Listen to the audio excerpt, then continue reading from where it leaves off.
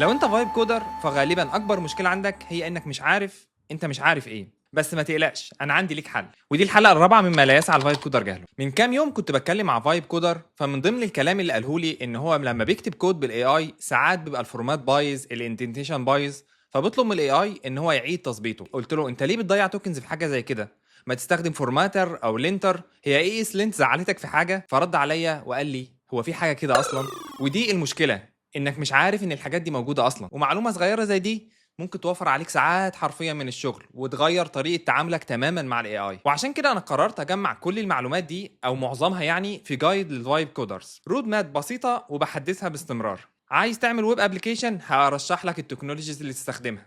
عايز تعمل موبايل كذلك موجود، هقول لك تبدا بانه فورماتر، بانه لينتر، باي اي دي اي. كل الادوات اللي كنت اتمنى ان حد يقولها لي وانا ببدا هتلاقيها هناك. طبعا دي مش قوانين او الحقيقه المطلقه، دي مجرد ترشيحات مبنيه على خبره سنين في الشغل، واختياراتي مبنيه على 3 اسس. اول حاجه لازم الاي اي يبقى فاهم التكنولوجيا دي كويس، يعني مشهوره ولها دوكيومنتيشنز في كل حته.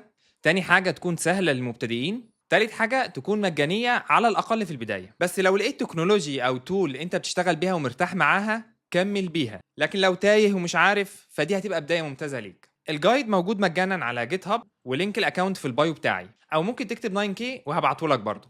سلام.